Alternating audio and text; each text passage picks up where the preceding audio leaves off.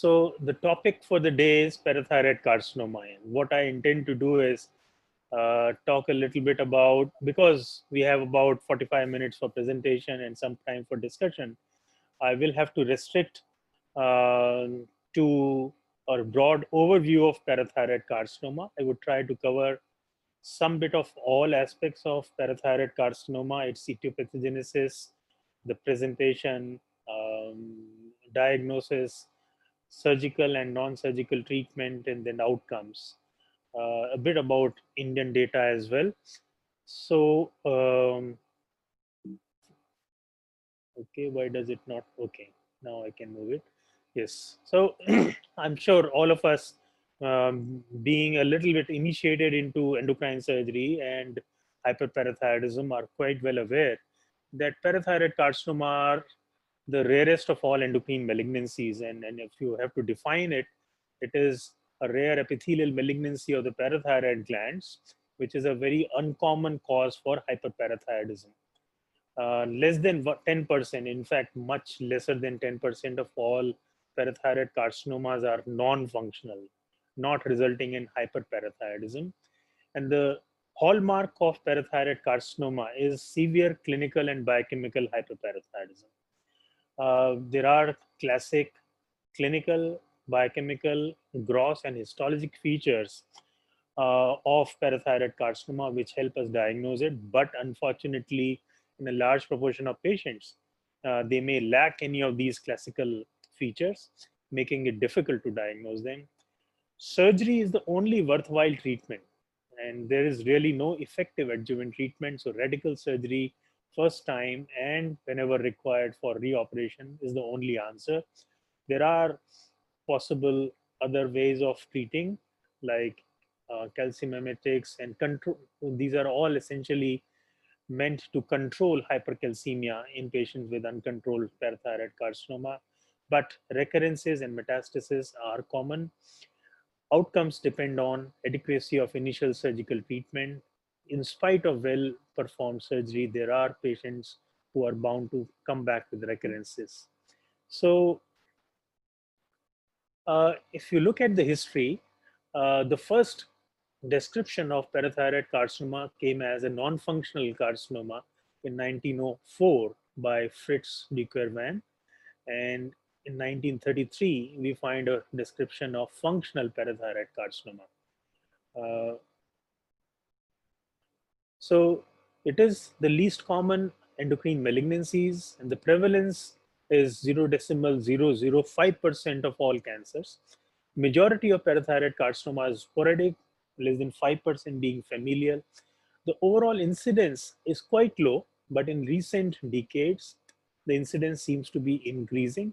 And there is at least one study which has documented that the incidence increased by about 60% between time periods. In the duration of 1988 to 91, the incidence was 3.58 per 10 million population, and in the time period of 2000 to 2003, it rose to 5.73 per 10 million population as per the US National Cancer Database. As a cause of hyperparathyroidism, the parathyroid carcinoma accounts for less than 3% of all PHPT patients. In fact, in majority of Western series, it is less than 1%.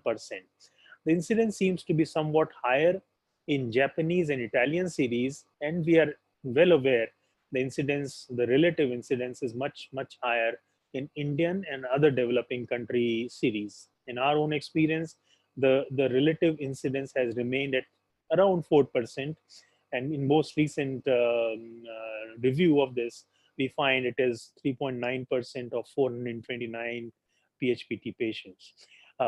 Similar figures have been quoted from other series in India. What causes parathyroid carcinoma is perhaps not fully understood. It has been reported in long-standing renal hyperparathyroidism in patients who have received head and neck irradiation. But the only worthwhile molecular basis that we know of, or only foolproof basis, is the cell development cycle 73 gene, or which was called the HRPT2 gene in the earlier years, located on chromosome 1, which is a tumor suppressor gene. It encodes a 531 amino acid nucleoprotein called the parafibromin. And the parafibromin protein is a paraphrase for parathyroid disease and fibroosseous lesions. This gene, when mutated, when we know that germline mutations of this gene are responsible for causation of jaw tumor hyperparathyroidism syndrome. Roughly a third of these patients who have HPT-JT syndrome have parathyroid carcinoma.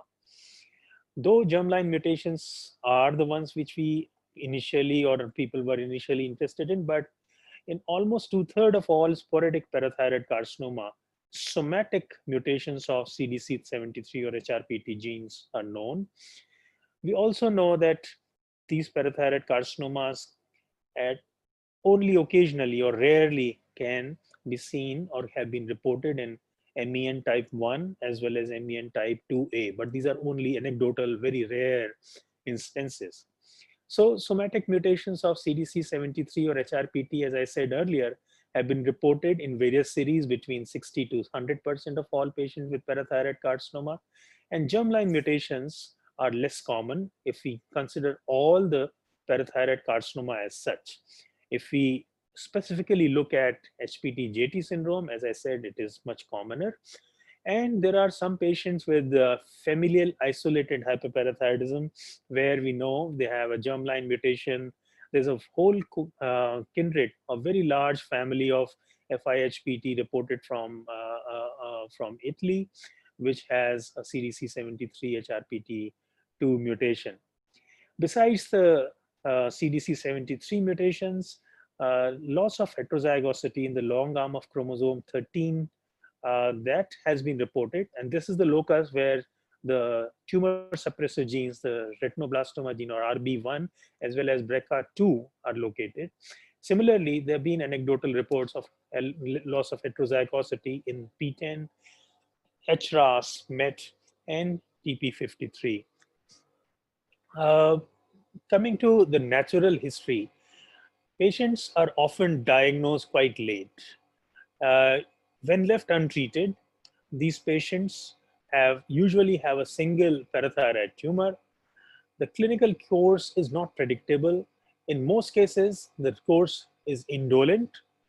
Uh, Recurrences are known to happen even quite late after surgery for hyperparathyroidism. At initial surgery, especially in earlier years, parathyroid carcinoma used to be missed. The diagnosis used to be missed, and recurrences have been found even after many decades of initial surgery. The tumors are typically found as hard, locally invasive cancers. At times, they may present with, very rarely, they may present with initial metastatic disease, and in which case these are metastases to lungs, the liver, bones. Median survival after first recurrence in some series, at least not so recent ones, has been shown to be quite short. And usually, death is due to effects of uncontrolled and refractory hypercalcemia rather than local invasive tumor itself.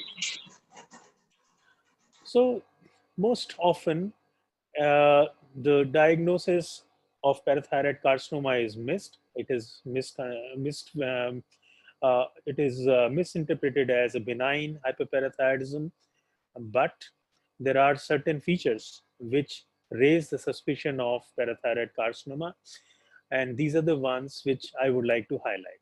Usually, patients are young, mostly in the fifth decade, and this is about a decade younger compared to benign hyperparathyroidism patients if we take into consideration the global scenario, global data. In India, as such, we see our hyperparathyroidism patients are younger compared to the West, but even in our own, and in that way, parathyroid carcinoma patients are no different in their age at presentation in our own series. In our experience, the mean age has been 37 years. It is rarely seen in children, and usually the male to female ratio is almost equal. But in our experience, much larger proportion of females have been managed with parathyroid carcinoma. So the clinical presentation of the disease is just like any symptomatic hyperparathyroidism patient that we commonly know or have managed in India. When it, however, in experience of Western surgeons or Western physicians, this seems to be a quite a starkly different clinical presentation, because for them, the majority of patients are diagnosed with asymptomatic or minimally symptomatic primary hyperparathyroidism. The common presentations are with bone disease, with bone fractures, renal stones, or both of them together, fatigue, muscular weakness, nausea and vomiting, polydipsia, polyuria, which are symptoms of hypercalcemia, and in few cases, weight loss, anorexia. Again, mostly due to hypercalcemia itself and not because of metastatic disease. For us, we know that as we have described this entity of extreme hyperparathyroidism resulting in parathyroid cripple, where patients are crippled because of a combination of advanced skeletal disease, musculoskeletal disease, and vitamin D deficiency. And I'm sure some of you would have seen these descriptions in our publications over last 2 decades. These are again not sign to known for parathyroid carcinoma for us in India. However, if these kind of presentations are seen in rest of the world, in the Western world for sure, they would be seen as indicators of parathyroid carcinoma. So, looking at the global picture, patients usually would present with skeletal manifestations, and they've been described in about 40 to 70% patients, renal manifestations in 30 to 60% of patients, and quite a bit, almost a third of all, are reported to have concomitant skeletal and renal manifestation. In our own experience, 50%, half of all patients with parathyroid carcinoma have concomitant skeletal and renal manifestations. Palpable neck mass is often considered as a very strong indicator of the tumor being malignant when you are able to palpate a parathyroid tumor. But then this, as we have all known, in Indian patients, it's not so uncommon to find a palpable tumor. And in our published experience, 50% of all parathyroid carcinomas were palpable, but then 27% or one quarter of all adenomas were also palpable. So again, you cannot be certain about the tumor being parathyroid carcinoma if you were looking just from the view of palpability of a parathyroid tumor. There is a certain number of non-functional parathyroid carcinomas reported.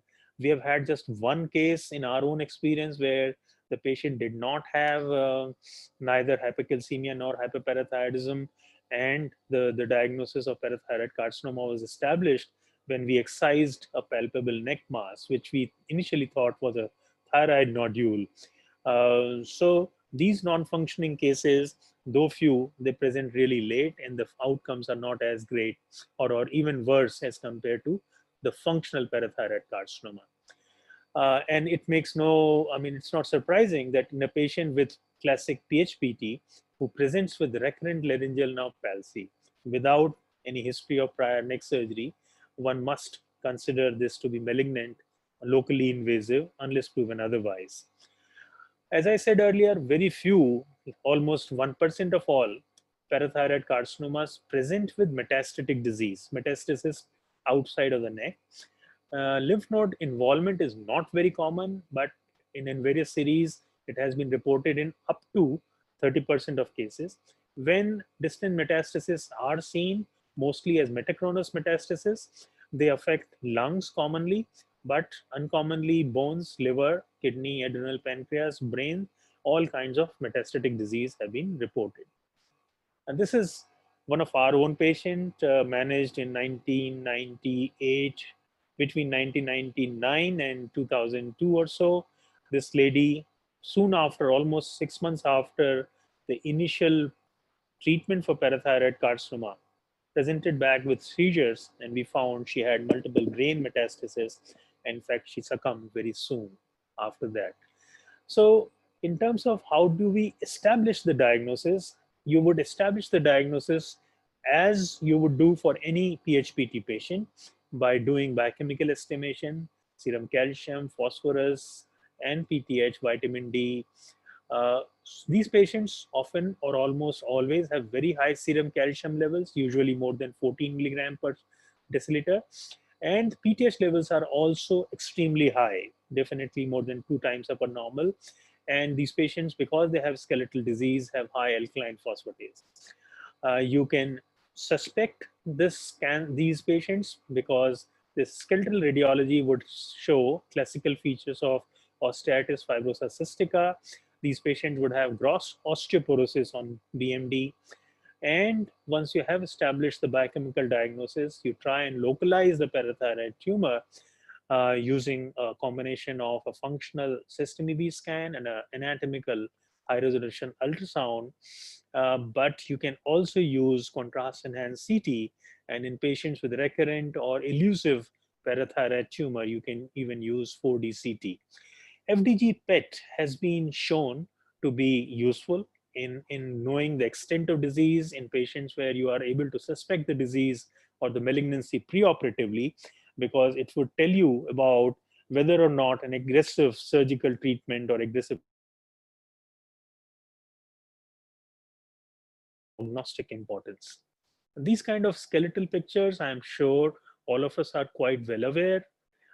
Patients with osteitis fibrosa cystica showing subperiosteal bone resorption, salt and pepper skull, absent lamina dura in the teeth, and diffuse spinal osteopenia.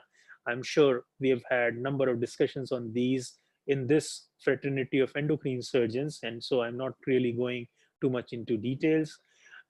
One specific aspect of skeletal radiology I would like to remind my younger colleagues, because uh, some of us who have trained and who have worked in the 1990s and perhaps earlier part of 2000, the decade 2000 to 2010, we have seen many such patients. But now, fortunately, such patients with disappearing bones or syndrome of extreme or a syndrome of parathyroid cripple or syndrome of disappearing bone have now disappeared altogether, almost altogether.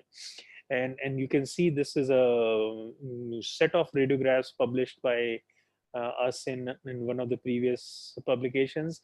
The bones are almost invisible, but interestingly, after parathyroidectomy, the brown tumors, they kind of fill in with calcium and minerals and show up on radiographs, and then in follow-up they gradually they lighten up.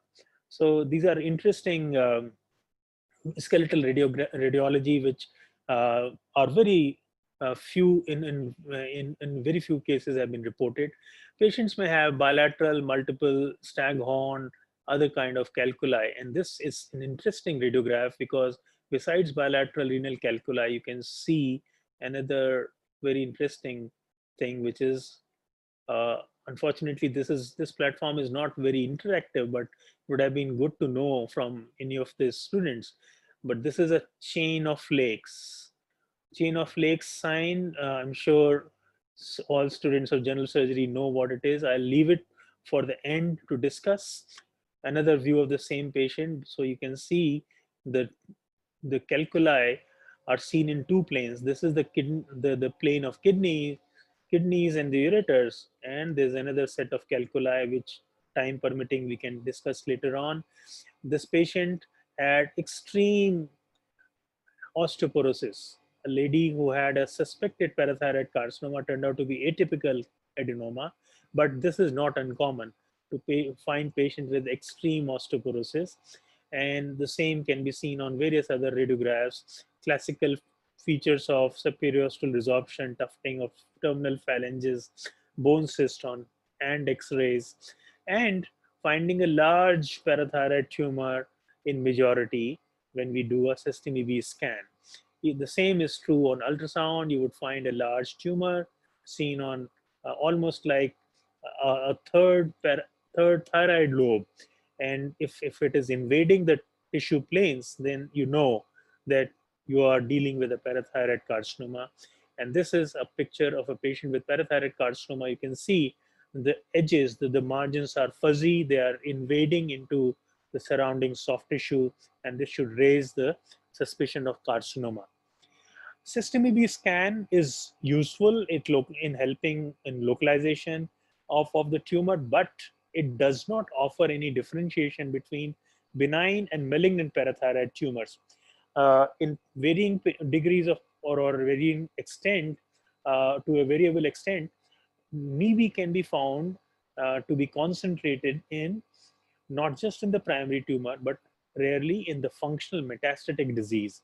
And this is usually helpful in the follow-up of patients, but they've been reported of bone cyst and brown tumors, which are not really metastatic lesions, but which are part of osteitis fibrosa cystica, the classical skeletal manifestation of primary hyperparathyroidism. Those two have been known to concentrate system EB. But in context of parathyroid carcinoma specifically, 18F FDG PET and at times carbon 11 methionine PET are useful in both initial localization and in follow-up. There is no role for FNAC. Usually it would not be advocated, not just because it is not very useful in distinguishing benign and malignant tumors, but also it carries a risk of needle track implantation, as we have reported earlier. FNA of a fine needle aspirate for cytology and PTH estimation can be used in characterizing possible metastasis or in the reoperative setting. In benign hyperparathyroidism, FNAC can lead to alterations in the histopathology, which may mimic carcinoma later on. And that is another reason why we usually do not advocate a parathyroid tumor to be aspirated. We do not put in a needle into a parathyroid carcinoma, whether it is benign or malignant. We reported in way back in 2006 or so, yes, 2006, a patient with parathyroid carcinoma who was initially treated in 1996 had a, and then came back with a recurrent skin nodule. This skin nodule was quite perplexing. The patient was totally asymptomatic. The biochemical picture was normal. She didn't have hypercalcemia. But when we evaluated this skin nodule, we found it had parathyroid carcinoma deposits. And then on reviewing this chain of events, we found this recurrence was along the needle track of FNAC from this palpable neck mass initially, and we reported in Langenbeck's archives of surgery. So looking at all this clinical biochemical imaging picture, when do you suspect parathyroid carcinoma in a patient who is presenting with primary hyperparathyroidism? Usually you would find a symptomatic patient who's young, who has concomitant skeletal and renal disease, and usually the patient may have palpable neck mass. The patient may or may not have, sorry, the patient may or may not have, how do I go back? Need to go back. Yes.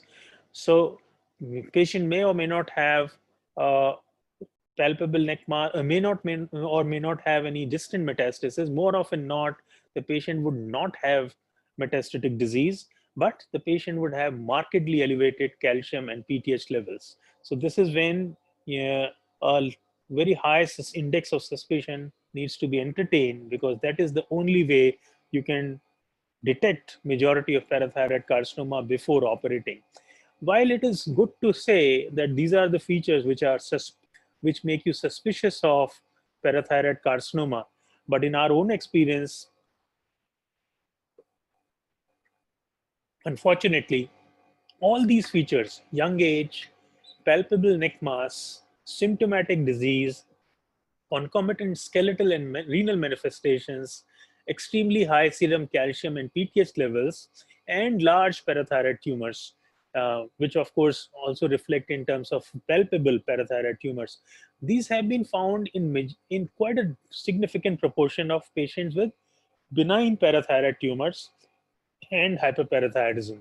And the only difference we have reported comparing patients with benign parathyroid tumors and malignant parathyroid tumors in this publication in 2006, which included 100 consecutive cases of PHPT, was that the tumor weight in patients with carcinoma was significantly higher as compared to patients who had benign disease, parathyroid adenomas.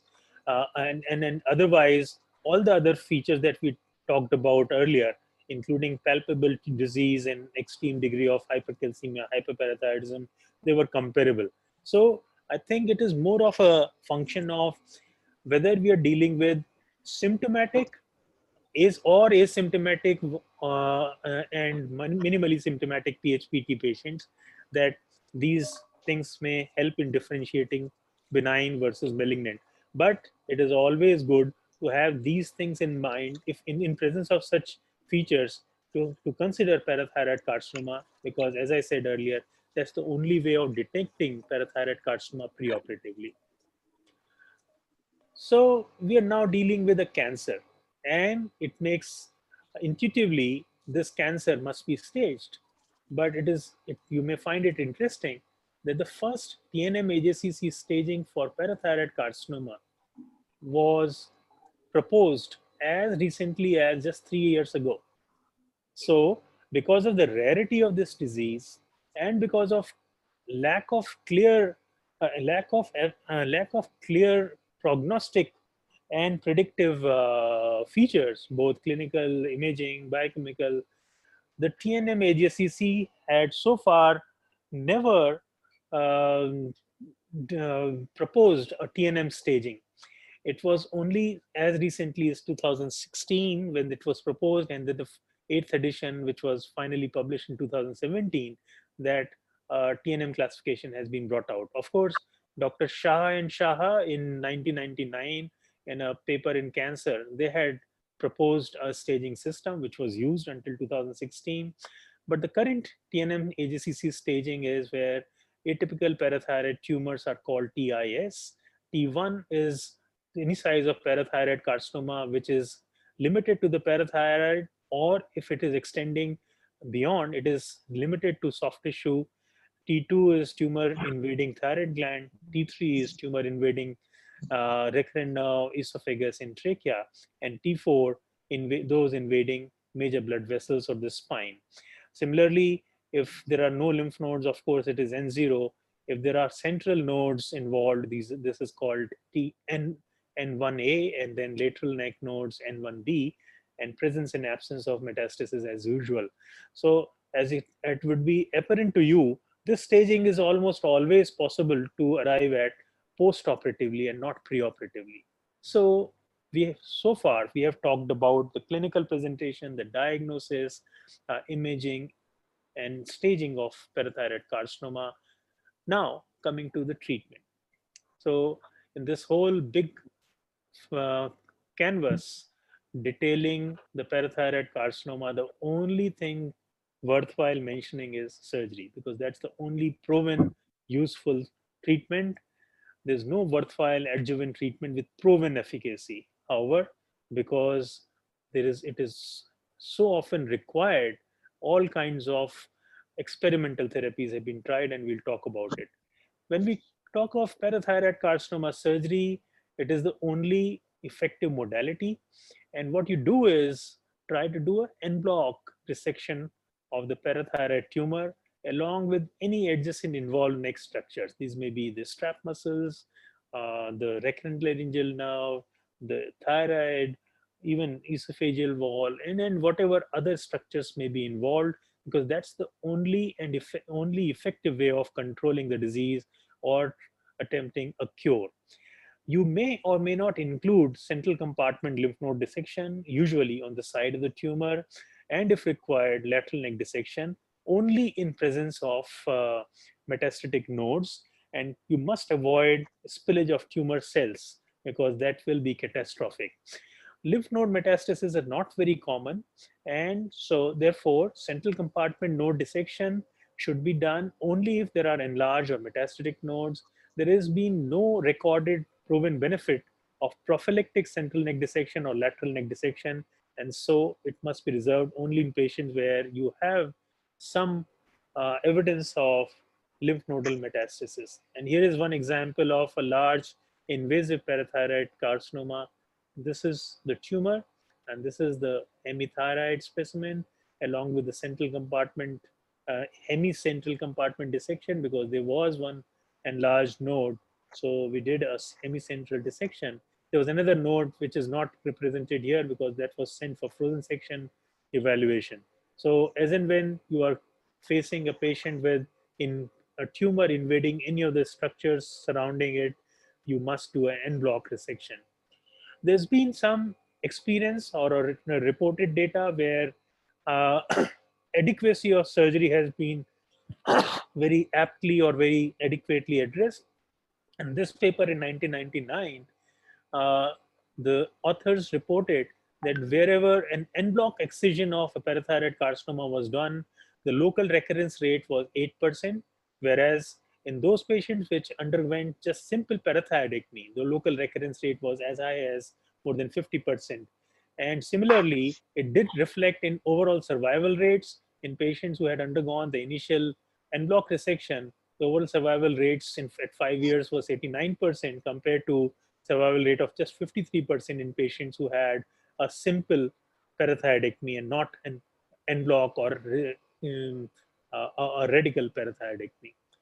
Postoperatively, majority of patients would develop hypocalcemia, and that's again may not be such a rare phenomenon in our Indian patients, but it is something of interest, and it may be a very startling occurrence in experience of Western surgeons. And symptomatic hypocalcemia needs to be managed, as I'm sure all of you would have managed post parathyroidectomy for benign as well as malignant parathyroid disease. The gross pathology usually is quite a classical one. The classic parathyroid carcinoma is an irregular, usually lobulated or nodular tumor, which is gritty, white, gray, and quite firm on cutting. And this is a specimen of a rare intrathyroidal parathyroid carcinoma. Once again, we have reported this. This was a patient where the parathyroid was elusive, though it was localized on system EB scan. We could not locate it right away during surgery, but the ultrasound features the surgeon performed ultrasound features did give us a clue that this may be an intrathyroidal parathyroid tumor. And so we did a hemithyroidectomy, and on cusp surface, we found a nodular, gritty parathyroid tumor, which was then finally reported as parathyroid carcinoma. Histopathology of parathyroid carcinoma itself has been quite an interesting story. The first reported set of histological features were reported by Shantz and Castleman, which were modified later on by Bodinson, and then in 2004, we had the first WHO classification. And the features which are indicative of malignancy on histology are capsular invasion, broad fibrous septae or bands, vascular invasion, frequent mitotic figures, though those are not very classic of malignancy, invasion of surrounding structures, and lymph nodal metastasis. Mere cellular pleomorphism or atypia is definitely not indicative of malignancy. These features on histology, they help us diagnose as well as prognosticate. In one series, very classically, presence of vascular invasion had a very high probability of in predicting poor prognosis and local recurrence. So was invasion of surrounding structures, but presence of fibrous bands was shown to have a protective it was shown to result in much lower incidence of local recurrence. So these are some of the classical histopathology features: hyperchromatic chief cells, which are either which are laid down in sheets or trabeculae, capsular invasion, as well as presence of wide. This is a picture showing intravascular tumor thrombus or vascular invasion, and presence of such wide fibrous septae. These must raise the suspicion for parathyroid carcinoma. Parafibromin immunostain is again something which we usually do for differentiating adenoma, atypical adenoma, and carcinoma. And you can see in a patient with parathyroid carcinoma, the parathyroid immunostaining is almost completely absent. And this is classic of parathyroid carcinoma. Uh, at times, or rather many a times, the diagnosis of parathyroid carcinoma would come only as as a histological surprise. What do you do in that scenario? If the pathology seems an aggressive one with presence of gross capsular invasion, vascular invasion, and the patient has persistent hypercalcemia, hyperparathyroidism, you can plan to reoperate the patient, complete the radical or en bloc resection, which means ipsilateral hemithyroidectomy with or without central compartment neck dissection, excision of any possibly involved structures. However, if the histological features seem only low grade, not so aggressive, and the calcium and PTH levels are not elevated, one can keep these patients on a close follow-up, which would include 3 monthly serum calcium, PTH, ultrasonography, and hold on to the en bloc resection or repeat surgery as and when a recurrence manifests. Uh, when you have a recurrent parathyroid carcinoma, usually it is in terms of local recurrence or distant recurrence. Multiple reoperations may be required to control the local recurrence or the distant metastasis, as well as for palliation of the hypercalcemia. In fact, surgical excision of or debulking is perhaps the most useful or one of the most useful ways of palliative relief in patients with medically intractable hypercalcemia. Even R1 resections help, even if you are not able to achieve a complete clearance, yet debulking is helpful in palliating. In patients who come back with recurrence, complete cure may be unlikely. So patients who have symptomatic or significant hypercalcemia need to be treated for hypercalcemia medically or surgically. Repeated resections may be required and metastatectomy may be resorted to. Adjuvant therapy can be tried in non-resectable disease. So this is an example of the very same old one of the first parathyroid carcinomas in our own experience, who has had 3 reoperations for this disease. And this was the picture of second reoperation in 2007, where en bloc excision of mass with ipsilateral central nerve dissection was done. But of course, the patient has had 2 further surgeries, including a tracheal resection, which was reported recently by my colleagues in Indian Journal of Surgical Oncology. There are anecdotal reports of variable response to cytotoxic chemotherapy, but it is definitely not the standard of care. Anti-PTH immunotherapy has been tried, so has been octreotide and azidothymidine. These are all experimental therapies. In fact, currently there are 3 clinical trials listed on clinicaltrials.gov, and these include these immunotherapies and lutetium dotanate therapy as well. Radiotherapy is not very useful because these tumors have traditionally been considered radioresistant. In last 1 decade, or perhaps more, about 2 decades, in the last 2 decades, there have been some reports anecdotally which have reported lower local recurrence rates following adjuvant RT, but these are retrospective studies with very few patients. So currently, radiotherapy is not routinely recommended post-operatively, but may be considered for patients who have locally invasive or aggressive cancers, and also for recurrent metastatic non-resectable disease. Management of hypercalcemia is what needs to be very aggressively done in patients who have symptomatic or significant biochemical hypercalcemia. This may be just as you would do for any patient with hypercalcemic crisis, aggressive hydration with saline, loop diuretics, bisphosphonates, calcium mimetics, etc. Other modalities which have been tried in recurrent and unresectable parathyroid carcinomas include ethanol injection, radiofrequency ablation, and PTH peptide immunotherapy, which has been shown to have a transient benefit, and a clinical trial is continuing. How do you follow these patients? These patients need lifelong follow-up. You have a good tumor marker in form of calcium and PTH, but patients with poorly differentiated or dedifferentiated parathyroid carcinoma, serum CEA can be of some use. Recurrence is quite common in patients in these with parathyroid carcinoma, and the mean time to recurrence has been reported at 3 years. According to the National Cancer Database, the 10-year survival was reported at 49%. This has slightly improved. MD Anderson experience has been that the 10-year survival is 77%.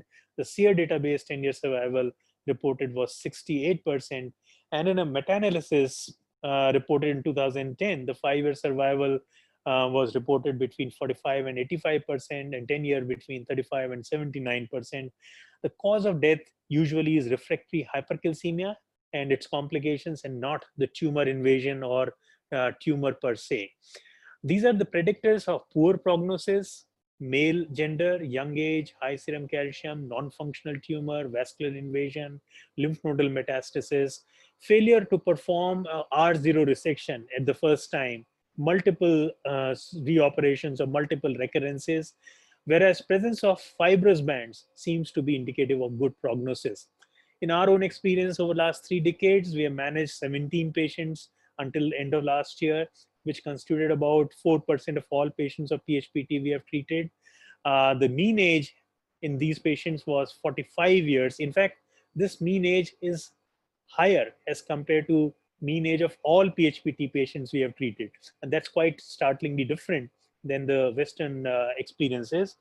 The pre and intraoperative suspicion for parathyroid carcinoma was entertained in 11 further, at least. It may have been entertained even more, because this is something which is not always recorded in the operating notes, but in at least 11 more patients who did not eventually turn out to be parathyroid carcinoma, intraoperative or preoperative suspicion of carcinoma was entertained.